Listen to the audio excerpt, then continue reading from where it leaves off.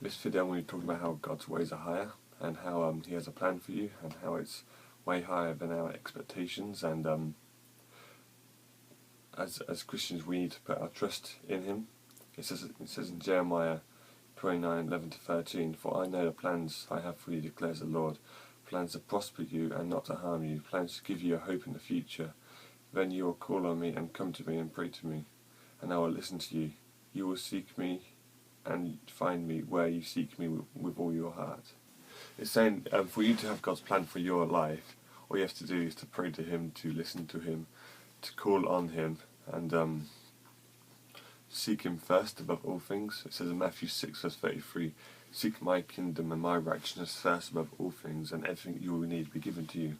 Sometimes we think we know what's best, but what I've learned is God's ways are best, and when we try to do what we want to do, most of the time we delay or get in the way of God's plan for our lives. I got a story about what I wanted and what I thought was best for me, and basically God said wait, but I wanted to do it anyway, and it turns out God's plan was much better, way better than my one. And basically like 2 years ago, I really wanted this girl to be my girlfriend, and I asked God about it, and he said wait, but I couldn't wait, so I started to idolize her, to seek her before God.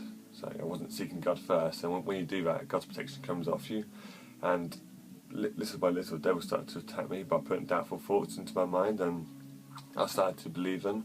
Thoughts like you'll never get a girlfriend, and you'll never be happy, and I found myself not being able to sleep much, waking up crying a lot, and got to the point where the devil started putting thoughts of what way you just kill yourself, to end the pain. And in that moment, I realised that I needed God back in my life, and that was like a huge turnaround for me. And but after a few weeks of putting God first in my life, all these feelings for this girl went, and God gave me a vision of my wife and kids, and He said, "This is what I've got planned for you," and it's way better than I could ever imagine.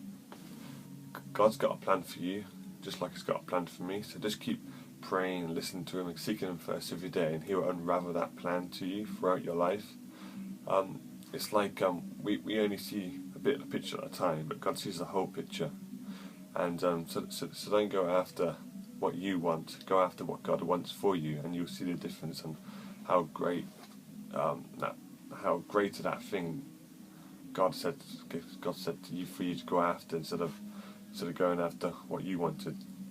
And maybe I have to wait a bit longer for my wife, but I know she's probably worth the wait, and I know there's a reason why, and God's timing is perfect. So I got another story. This one's a bit different, but it sort of explains the same principle.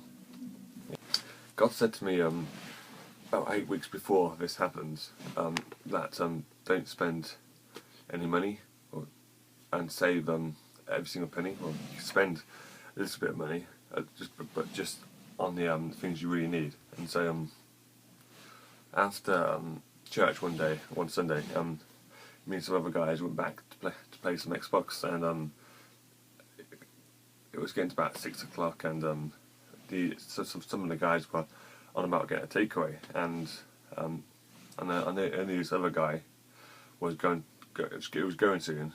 He was going back to church because there was a big event happening there. And so, bearing in mind what God's told me, I went with this guy called Reggie, who was going to church for the big event, so I didn't have to pay for a takeaway. But on the way there, Reggie stopped at a petrol station, and as Reggie went in, I started to pray for God to provide food for me, so I wouldn't have to buy something. And then Reggie sort of finished paying and stuff. He came back out again. He was holding a drinks bottle and 2 sandwiches. And he came in and put the sandwiches and stuff beside him, and he drove off without a word. And I was like, okay, well, where's mine, God? And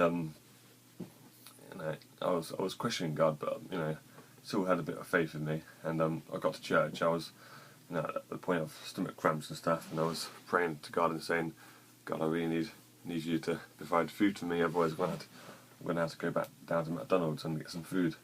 About 2 seconds later, this lady tapped me on the shoulder and said, there's some food in the back.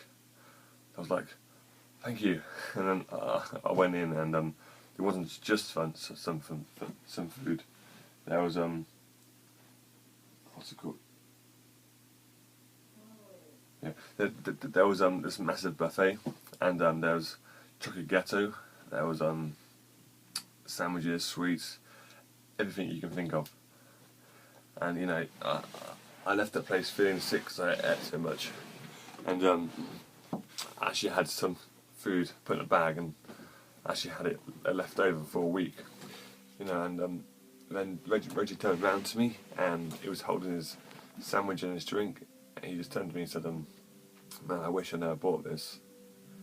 And it's just like sometimes we go after what is in front of us, what we can only see, instead of trusting in God, trusting in His plan for our lives.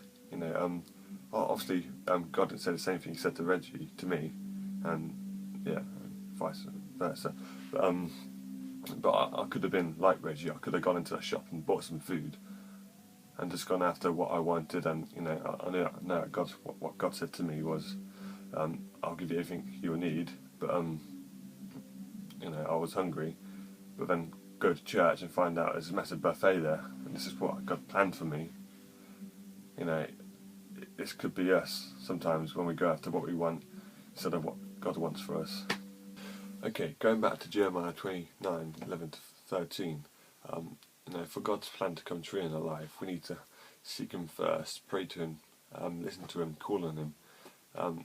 Here's a short story of what happened when I did do that and what happened when I didn't. It's basically when I was like in year 11 and from sort of until now, like how I looked to God for guidance of where to go, because I had no idea what to do next after year 11, and I hope you grow from it. Okay, I was in year 11, and me and my mum were praying about what to do next, and I kept praying and stuff. And one day I was at school about at 10:30 in the maths lesson, and my friend turned around to me and said, hey, I'm doing an IT course, do you want to come with me? And like, come on the course with me.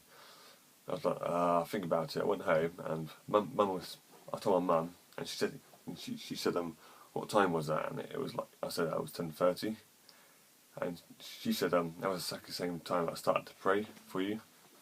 And anyway, long story short, I got onto this IT course, and one quarter of the way through it, the teacher asked all of us what to do. What are we going to do next?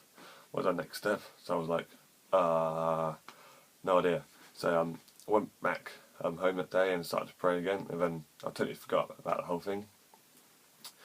2 weeks later, a random guy from church came up to me and says, hey, I got a job offer. Do you want it? And basically, I started to work for this company, and all was going well until I started to seek other things first before God, and started to lose my relationship with Him. This is when the girlfriend sort of scenario came in, and you know, I started to seek a girlfriend more than God, and basically I lost my job and got made redundant. In that sort of time when I had with nothing else to do, God said to me, seek me.